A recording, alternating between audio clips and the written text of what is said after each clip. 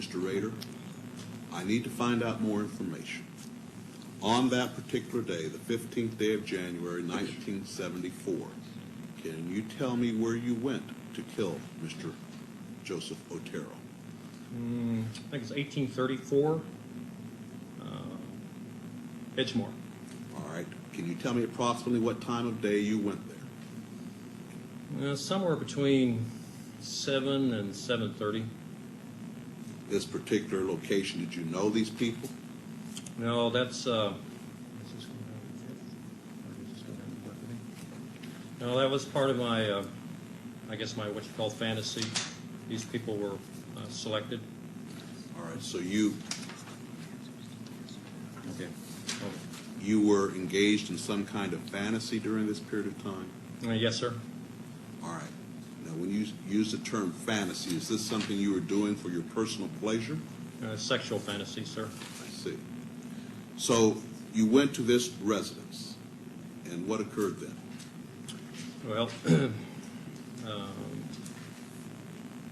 I had did some thinking on what I was going to do to either Mrs. Otero or Josephine, and basically broke into the house, or didn't break into the house, but when they came out of the house, I came in and confronted the family, and then we went from there. All right. Had you planned this beforehand? To some degree, yes. After I got in the house, I lost control of it, but it was, you know, in the back of my mind, I had some ideas what I was going to do, but I basically panicked that first day. So Beforehand, did you know who was there in the house? I thought Mrs. Otero and the two kids, the two younger kids, were in the house. I didn't realize Mr. Otero was going to be there. All right. How did you get into the house, Mr. Rader? I came through the back door, cut the phone lines, waited at the back door, had reservations about even going or just walking away, but pretty soon the door opened and I was in. All right. So the door opened. Was it open for you, or did something? I think one of the kids, I think the junior, or not junior, yes, the younger, Joseph opened the door. He probably let the dog out because the dog was in the house at that time. All right. When you went into the house, what happened then? Well, I confronted the family, pulled a pistol, confronted Mr. Otero, and asked him to, you know, that I was there to basically, I was wanted to get the car. I was hungry, food. I was wanted, and asked him to lie down in the living room. And at that time, I realized that wouldn't be a really good idea. So I finally, the dog was a real problem. So I asked Mr. Otero if he could get the dog out. So he had one of the kids put it out, and then I took him back to the bedroom. You took who back to the bedroom? The family, to the bedroom, the 4 members. All right. What happened then? At that time, I tied him up. While still holding him at gunpoint? Well, in between tying and yes. Yeah. All right. After you tied them up, what occurred?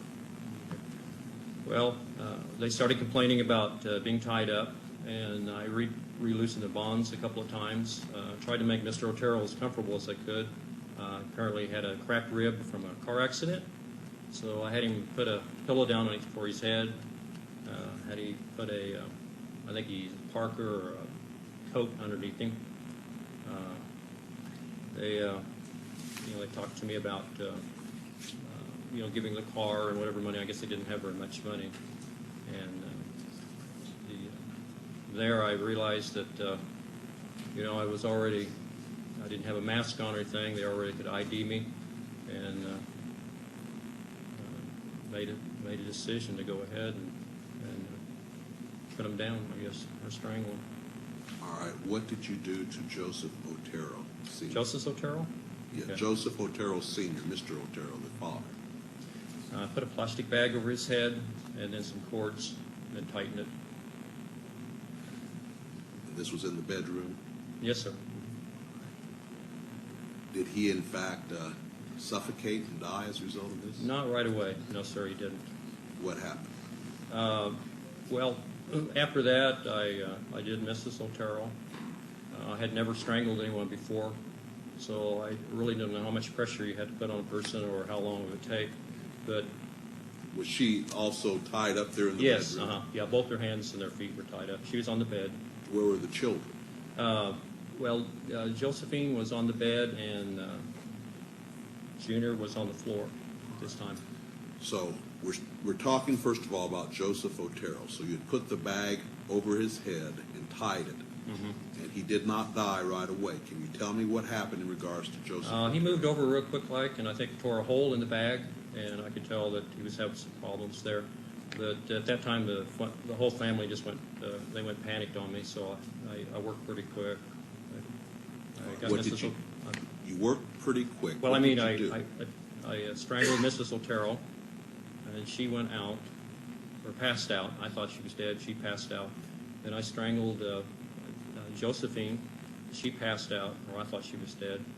And then I went over and put a bag on Junior's head, and then if I remember right, Mrs. Otero came back. She came back and. Sir, let me ask you about Joseph Otero Sr. You Senior? indicated he had torn a hole in the bag. And what did you do with him then? I put another bag over it, or either that or if I recollect, I think I put either a cloth or a T-shirt or something over his head, and then another bag, and then tighten it down. Did he subsequently die? Well, yes. I didn't just stay there and watch him. Then I was moving around the room. But All right, so you indicated you strangled Mrs. Otero after you had done this. Is that correct? now I went back and strangled her again, and that finally killed her at that time. So this is in regards to count 2. You had first of all put the bag over Joseph Otero's head, and he tore a hole in the bag. Then you went ahead. Did you strangle Mrs. Otero then, Okay. or did you go First back? of all, Mr. Otero was strangled, or a bag put over his head and strangled. Then I thought he was going down, and I went over and strangled Mrs. Otero. And I thought she was down. Then I strangled Josephine. Thought she was down, and then I went over to Junior and put the bag on his head. After that, Mrs. Otero woke back up, and she was pretty upset and what's going on. So I came back, and at that point in time, strangled her for the death strangle at that time. With your hands or what? No, with a cord, with a rope. And then I think at that point in time, I redid Mr. Otero, put the bag over his head, went over, and then took Junior. Before that, she asked me to save her son. So I actually had taken the bag off, and then I was really upset at that point in time. So basically, when Mr. Otero was down, Mrs. Otero was down, I went ahead and took Junior. I put another bag over his head and took him to the other bedroom at that time. What did you do then? Put a bag over his head. I put a cloth over his head, a T-shirt, and a bag so he couldn't tear a hole in it. And he subsequently died from that. And then when I went back, Josephine had woke back up. What did you do then? And I took her to the basement and eventually hung her. All right, you hung her in the basement? Yes, sir. All right, did you do anything else at that time? Yes, I had some sexual fantasies. But that was after she was hung. All right. What did you do then? Went through the house, kind of cleaned it up. It's called the right-hand rule. You go from room to room. Picked everything up. I think I took Mr. Otero's watch. I guess I took a radio. I'd forgot about that, but apparently I took a radio. Why did you take these things? I don't know. I have no idea. Just What happened then? I got the keys to the car. In fact, I had the keys, I think, earlier before that because I wanted to make sure I had a way of getting out of the house. And clean the house up a little bit, make sure everything's packed up, and left through the front door. And went over to their car, and then drove over to Dillon's, and left the car there, and then eventually walked back to my car. All right. Now, sir, from what you have just said, I take it that the Actually, you've told me applied to both counts one, all of counts 1, 2, 3, and 4. Is that correct? Yes, sir. Now, Mr. Rader. Your Honor, Yes. there's one thing that needs to be corrected on that record, and that is originally, I believe, he indicated 1834 Edgemore. The address was actually 803 Edgemore. All right, but I'd ask you if it occurred in Sedgwick County. He indicated what had happened. I don't believe the exact address is important.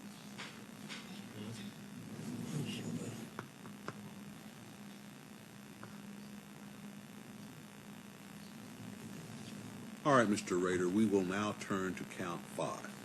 In that count, it is claimed that on or about the 4th day of April, 1974, in Sedgwick County, Kansas, that you unlawfully killed Catherine Bright maliciously, willfully, deliberately, and with premeditation by strangulation and stabbing, inflicting injuries from which she did die on April 4th, 1974.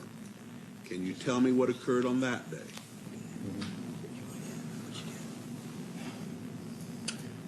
Well, I don't know how to exactly say that. I had many, what I call them projects. They were different people in the town that I followed, watched. Kathleen Bright was one of the next targets, I guess, as I would indicate. How did you select her? Just driving by one day, and I saw her go in the house with somebody else, and I thought that's a possibility. There was many places in the area. College Hill, they're all over Wichita. But anyway, it just was basically a selection process. Work toward it. If it didn't work, I just move on to something else. But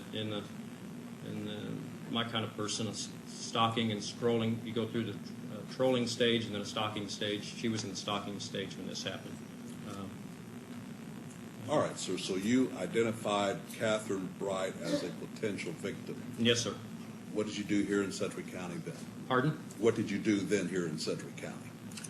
On this particular day, Yes. I broke into the house and waited for her to come home. How did you break into the house? Through the back door on the east side. All right, and you waited for her to come home. Where Yes, did sir. you wait? In the house there, probably close to the bedroom. I walked through the house and kind of figured out where I'd be if they came through. All right. What happened then? She and Kevin Bright came in. I wasn't expecting him to be there. And come find out, I guess they were related. That time I approached him and told him I was wanted in California, needed some car. Basically the same thing that I told the Turtles. Kind of ease them, make them feel better. And proceeded to, I think I had him tie her up first. And then I tied him up or vice versa. I don't remember right now. At that Now, time. let me ask, you indicated that you had some items to tie these people with. Did you bring these items, both the Oteros and to this location? The Turtles I did. I'm not really sure on the Brights. There was some, when I was working with the police, there was some controversy on that. Probably more likely I did, but if I had brought my stuff and used my stuff, Kevin would probably be dead today. All right. I'm not bragging on that. It's just a matter of fact. It's the bonds I tied him up with that he broke them. So, and that, All right. and maybe same way with Catherine. It got out of hand. All right. Now, you indicated that you believe you had Kevin tie Catherine up. Mm-hmm. Tell me what happened then. Okay, I moved. After I really can't remember, Judge, whether I had her tie him up or she tied him up. But anyway, I moved. Basically, I moved her to another bedroom, and he was already secure there by the bed. I tied his feet to the bedpost, at the bottom of the bedpost, so he couldn't run. Kind of tied her in the other bedroom, and then I came back to strangle him. And at that time, we had a fight. Were you armed with a handgun at that time also? Yes, I had a handgun. What happened when you came back? I actually had two handguns. When I started strangling, either the garment broke or he broke his bonds and he jumped up real quick like. I pulled my gun and quickly shot him. I hit him in the head. He fell over. I could see the blood, and as far as I was concerned, I thought he was down and was out, and then went and started to strangle Catherine. And then we started fighting because bonds weren't very good. And so back and forth. We fought. You and Catherine? Yeah, we fought. And I got the best of her, and I thought she was going down, and then I could hear some movement in the other room. So I went back, and Kevin, no, I thought she was going down, and I went back to the other bedroom where Kevin was at, and I tried to re-strangle him at that time, and he jumped up, and we fought, and he at that time shot me because he got the other pistol that was in my shoulder here. I had my Magnum in my shoulder, so Shoulder holster? Hmm? Did you have it in a shoulder holster? Yes, and I had the Magnum in my shoulder holster. The other one was a .22. And we fought at that point in time, and I thought it was going to go off. I jammed the gun, stuck my finger in there, jammed it. And I think he thought that was the only gun I had, because once I either bit his finger or hit him or something got away, and I used the .22 and shot him one more time.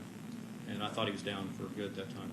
All right, so you shot him a second time. Yes, sir. What happened then? Went back to finish the job on Catherine, and she was fighting. And at that point in time, I'd been fighting her, and then I heard some. I don't know whether I was basically losing control. The strangulation wasn't working on her, and I used a knife on her. You say you used a knife on Yes, her. yes. What did you do with the knife? I stabbed her. She said either stabbed 2 or 3 times, either here or here. Maybe 2 back here and 1 here, or maybe just 2 times back here. You were pointing to your lower back and your Yeah, underneath the ribs. and your lower abdomen. Yeah, underneath the ribs, up underneath the ribs. So after you stabbed her, what happened?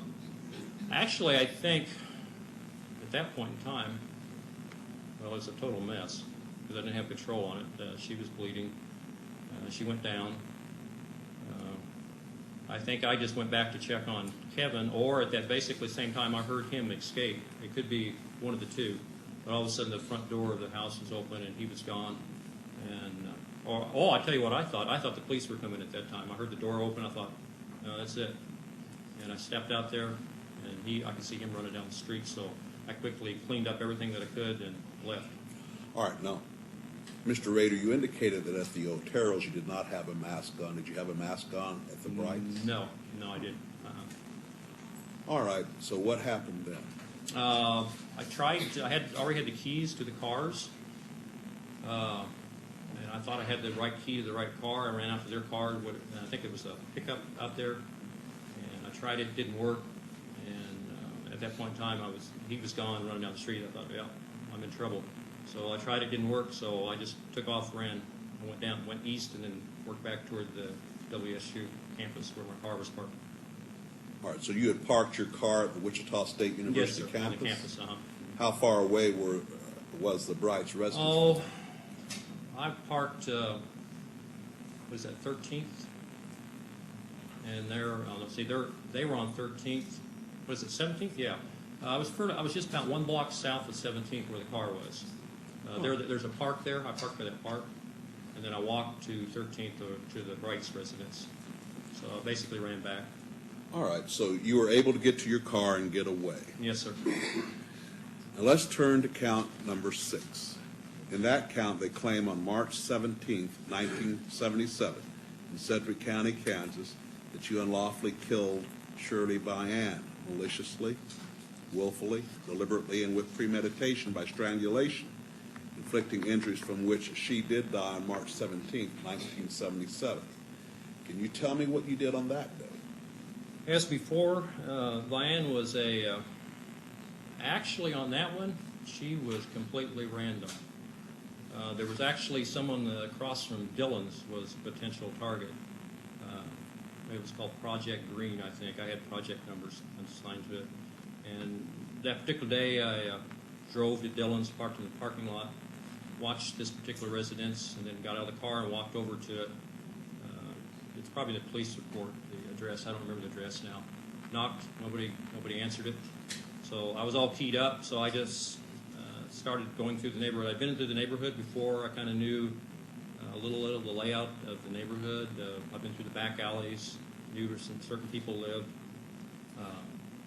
While I was walking down Hydraulic, I met a young boy and asked him if he could ID some pictures. kind of was a rust, I guess, or roost, as you call it, and kind of feel it out. And saw where he went, and I went to another address and knocked on the door. Nobody opened the door, so I just noticed where he went and went to that house, and we went from there. Now, you call these projects, were these sexual fantasies also? Potential hits. In my world, that's what I call them. All right. So They're you called went, projects, hits. all right, and why did you have these potential hits? Was this to gratify some sexual interest? Or? Yes, sir. I had a lot of them, so it's just if one didn't work out, I just moved to another one. All right. So, as I'm to understand it, then on the 17th of March, 1977, you saw this little boy go into a residence, and you tried another residence.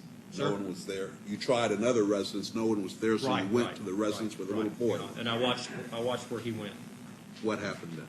After I tried this once residence, nobody came to the door. I went to this house where he went in, knocked on the door, and told him I was a private detective. Showed him a picture that I had just showed the boy, and asked him if they could ID the picture. And at that time, I had the gun here, and I just kind of forced myself in. I just walked in, just opened the door and walked in, and then pulled a pistol. What gun? What pistol? 357 Magnum. So you only had one gun with you this time? Yes, sir. What happened then? I told Mrs. Diane that I had a problem with sexual fantasies, that I was going to tie her up, and that I might have to tie the kids up, and that she would cooperate with me at that time. We went back. She was extremely nervous. I think she even smoked a cigarette. And we went back to one of the back areas of the porch, explained to her that I had done this before. And I think at that point in time, I think she was sick because she had her night robe on. And I think if I remember right, she had been sick. And I think she came out of the bedroom when I went in the house. So anyway, we went back to her bedroom, and I proceeded to tie the kids up, and they started crying and got real upset. So I said, "No, this is not going to work." So we moved them to the bathroom. She helped me, and then I tied the doors shut. We put some toys and blankets and odds and ends in there for the kids, make them as comfortable as we could. We tied one of the bathroom doors shut so they couldn't open it, and she went back and helped me shove the bed up against the other bathroom door. And then I proceeded to tie her up. She got sick, threw up, got her a glass of water, comforted her a little bit, and then I went ahead and tied her up, and then put a bag over her head and strangled her. All right. Was this a plastic bag also? Yes, sir. I think it was, but I could be wrong on that. Okay, you put a bag. It was something. I'm sure it was a plastic bag. Yeah. Now you say you put a bag over her head and strangled her. What did you strangle her with? I think on that I had tied her legs to the bedpost and worked up with the rope all the way up, and then what I had left over I looped over her neck. All right, so you used this rope to strangle her. Yes, I think it's the same one that I tied her body with. All right, what happened then? Well, the kids were really banging on the door, hollering, and screaming, and then the telephone rang, and they had talked about earlier that the neighbor was going to check on them, so I cleaned everything up real quick and got out of there, left, and went back into my car. Now, when you say you cleaned everything, Well, I mean, put my stuff. I had a briefcase, whatever I had laying around, the ropes, tape, cords. I threw that in there. Whatever, that I had that I brought in the house. had you brought that to the bride residence also? Or? Now there is some. I think there was some basic stuff, but I don't remember bringing total stuff like I did to some of the others. Was this a kit that you had prepared? Yeah, beforehand? Yes, I called it my hit kit. All right, sir. You left the Vian residence, and had you parked your vehicle near Yeah, there? and it's still in the same parking lot there at Dillon's, at Hydraulic and what is that? Harry? Lincoln and Hydraulic. All right, in count 7, it is claimed that on the 8th day of December, 1977, in Sedgwick County, Kansas, that you unlawfully killed a human being, that being Nancy Fox, maliciously, willfully, deliberately, and with premeditation, by strangulation, inflicting injuries from which the said Nancy Fox did die on December 8th, 1977. Can you tell me what you did on that day here in Sedgwick County? Nancy Fox was another one of the projects. when I was trolling the area, I noticed her go in the house one night. Sometimes I would, and anyway, I put her down as a potential victim. Let me ask you one thing, Mr. Rader. You used that term when you were patrolling the area. What do you mean by that? It's called stalking or trolling. So you were not working in any form or fashion. You Well, were just... I don't know if you read much about serial killers, they go through what they call the different phases. That's one of the phases they go through as a trolling stage. Basically you're looking for a victim at that time, and that you could be trolling for months or years. But once you lock in on a certain person, then you become stalking, and that might be several of them. But you really home in on that person. They basically become that's the victim, or that's what you want to do. He said trolling with a T, not a trolling. He did say trolling. I thought he said patrolling. Oh, okay. All right. No, I wasn't working, sir. All right. No, this was off my hours. All right, so you basically identified Nancy Fox as one of your projects. What happened then? At first, she was spotted, and then I did a little homework. I dropped by once to check the mailbox to see what her name was, found out where she worked, stopped by there once at Hillsburg, and kind of sized her up. The more I knew about a person, the more I felt comfortable with it. So I did that a couple of times. And then I just selected a night, which was this particular night, to try it, and it worked out. All right. Can you tell me what you did on the night of December 8th, 1977? Now, about 2 or 3 blocks away, I parked my car and walked to that residence. Knocked at the door first to make sure, see if anybody was in there, because I knew she arrived home at a particular time from where she worked. Nobody answered the door, so I went around to the back of the house, cut the phone lines. I could tell that there wasn't anybody in the north apartment. Broke in and waited for her to come home in the kitchen. All right. Did she come home? Yes, she did. What happened?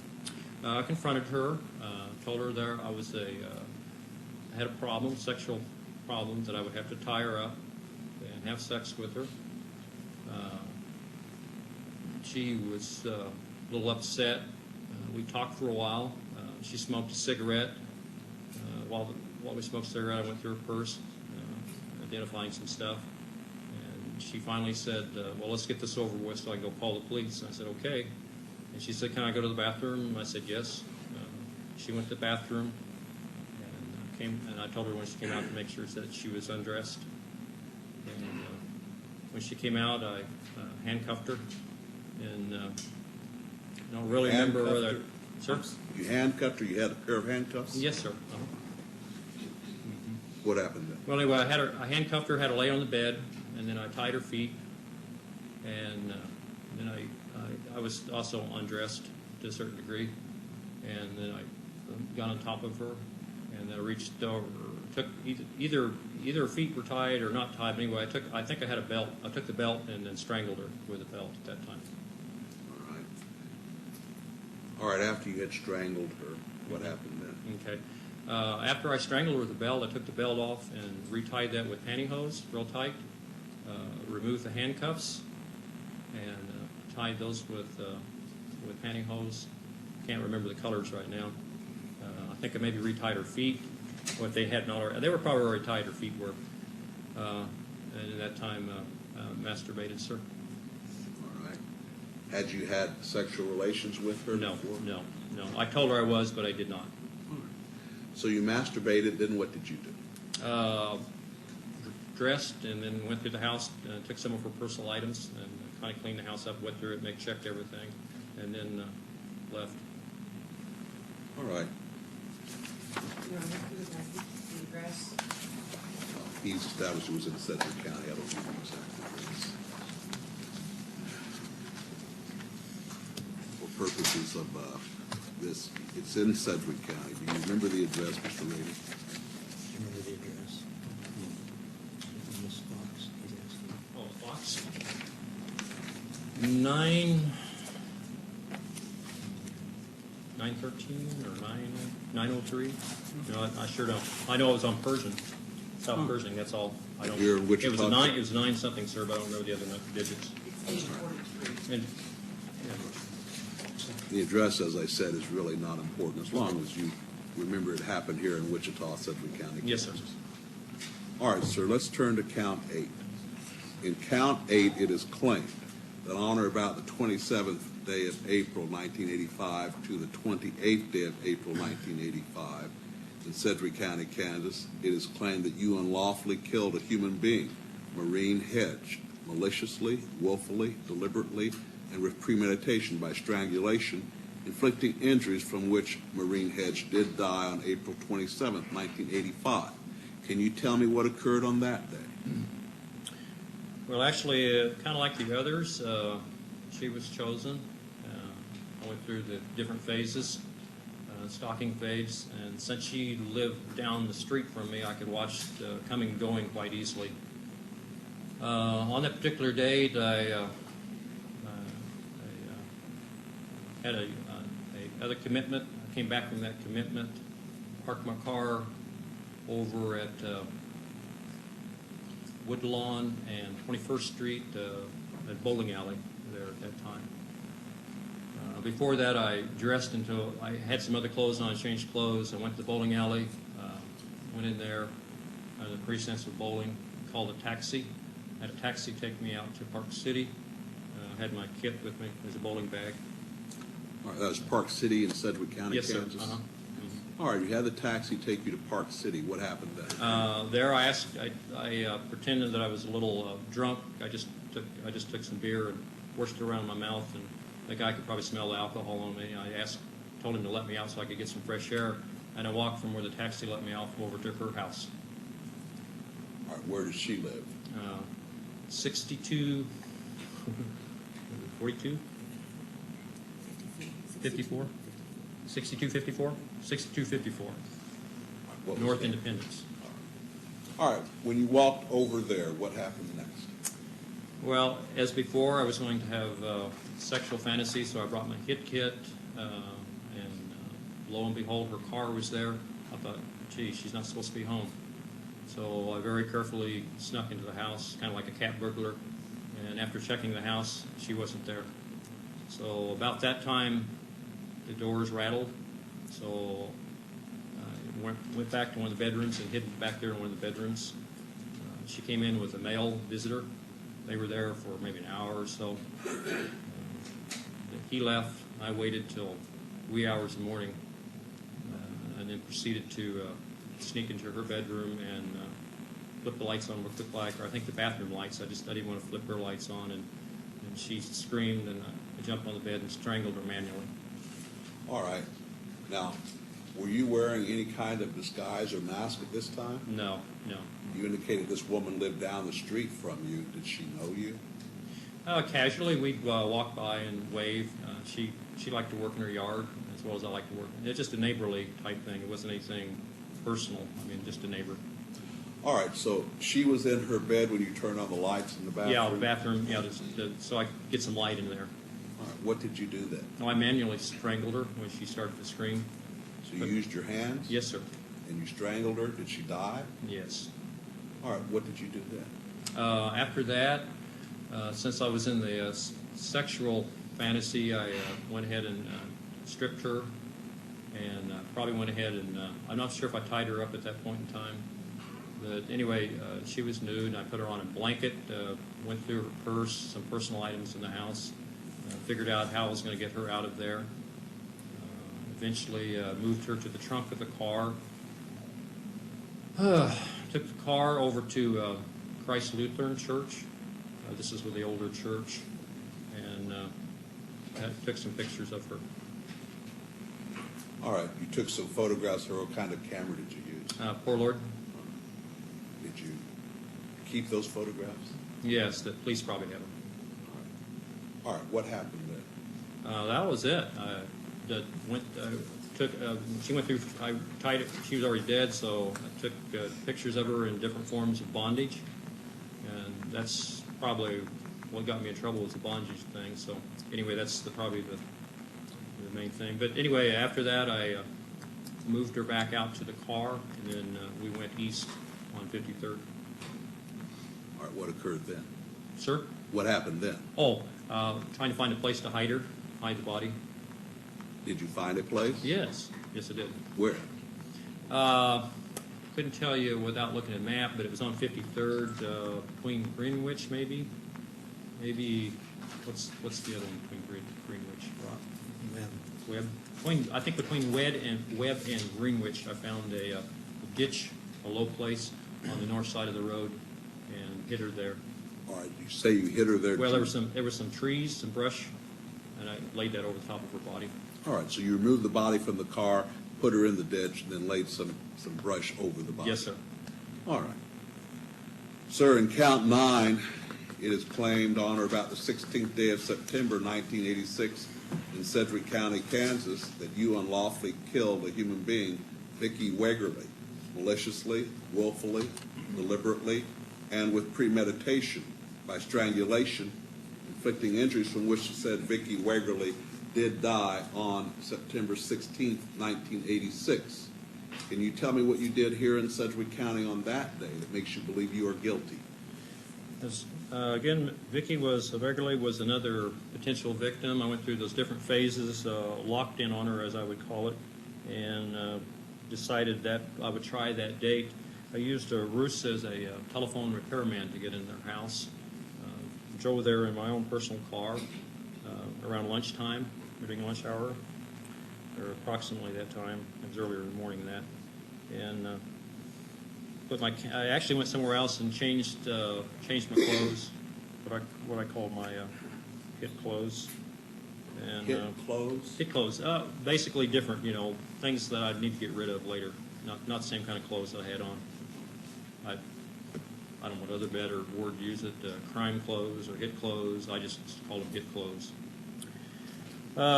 Anyway, I walked from my car as a telephone repairman. As I walked there, I donned the telephone helmet. I had a briefcase. Went to one other address just to kind of size up the house. I'd walked by it a couple times, but I wanted to check it a little bit more. As I approached it, I could hear a piano sound. And went to this other door, knocked on them, and told them we were recently working on telephone repairs in the area. And went to her and knocked on the door and asked her if I could come check her telephone lines inside. Did she allow you in? Yes, she did. What happened then? Went over and found out where the telephone was, simulated that I was checking the telephone. I had a make-believe instrument, and after she was looking away, I drew a pistol at her and asked her if she'd go back to the bedroom with me. Was this the same .357 Magnum you'd used? No, earlier? this was a different one. Different pistol. Or you asked her to go back to the bedroom with you after drawing a pistol on her? Yes, sir. What happened then? I told her, we went back to the bedroom, I told her I was going to have to tie her up. She was very upset, and I think I used some material that was in, and that's another thing, I'm not sure, but I think I used the material that they had in their bedroom, and after I tied her hands, she broke that and we started fighting, and we fought quite a bit, back and forth. All right, she was physically fighting you? Oh, yeah, yes, sir. Mm-hmm. What happened then? Finally got the hand on her and got a nylon sock and started strangling her. So you wrapped the stocking around her neck? Yes. Mm-hmm. What happened then? I finally gained on her and put her down, and I thought she was dead, but apparently she wasn't. But after she was down and not moving anymore, I rearranged her clothes a little bit and took some quick photos. I think 3 of them, if I remember. And then after that, there was a lot of commotion. She had mentioned something about her husband coming home, so I got out there pretty quick. The dogs were raising a lot of cane in the back. The doors, the windows were all open to the house. There was a lot of noise when we were fighting. So I left pretty quickly after that. Put everything in the briefcase and had her. I'd already gone through her purse and got the keys to the car and used their car for my getaway car.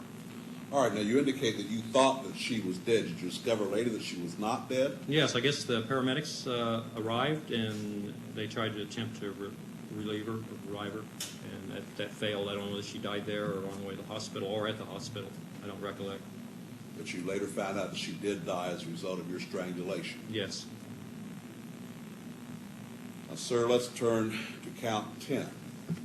In that count, it's claimed that on or about the 18th day of January 1991 to the 19th day of January 1991, in the county of Sedgwick, state of Kansas, that you did then and there unlawfully kill a human being, that being Dolores E. Davis, maliciously, willfully, deliberately, and with premeditation by strangulation, inflicting injuries from which the said Dolores E. Davis did die on January 19th, 1991.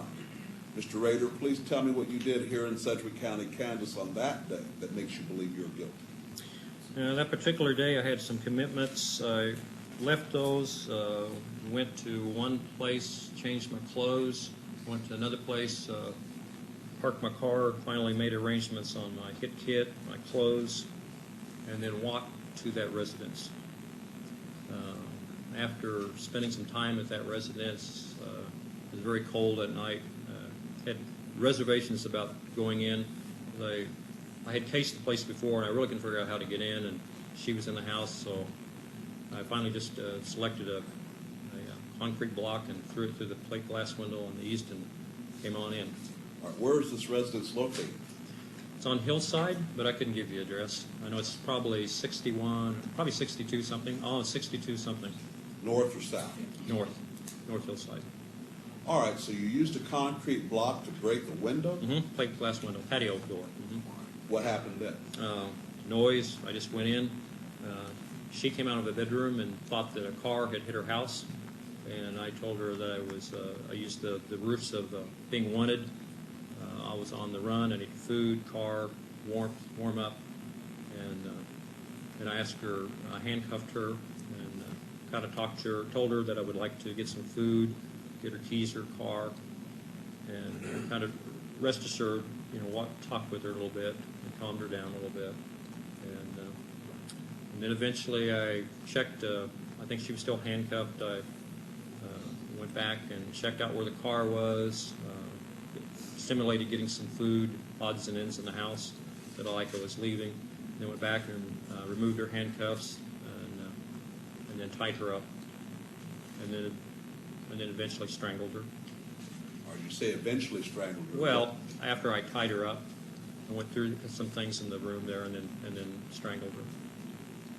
All right, you say you went through, were you looking for something? Mm-hmm. Well, some personal items, yes. I took some personal items from there. Did you take personal items in every one of these incidents? I did on the hedge. I don't remember anything of Vicky's place. We have Cheryl's, we got the watch and the radio. I don't think I did any in Bright's. Vian's, no, I don't think so. Fox, yes, I took some things from Fox. It was hit and miss. All right. But Probably if it was a controlled situation where I had more time, I took something, but if it was a confusion and other things, I didn't, because I was trying to get out of there. All right, so in regard to the Davis matter, you went around the room, took a few personal things. What did you do then? Strangled her, What did you strangle her with? pantyhose. All right, what happened then? Did she Kind of like Mrs. Hedge, I already figured out I had a plan on leaving and put her in a blanket and drug her to the car and put her in the trunk of the car. So you were able to strangle her to death with these pantyhose? Yes, sir. All right, you put her in your car. In her or car. In the car. Her car. The trunk of her car. What happened then? I really had a commitment I needed to go to, so I moved her to one spot, took her out of her car. This gets complicated.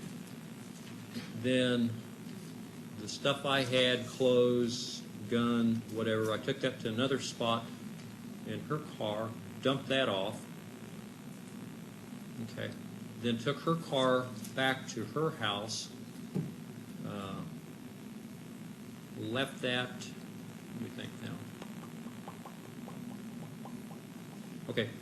In the interim, I took her car back to her house. In the interim, I realized that I had lost one of my guns. I dropped it somewhere.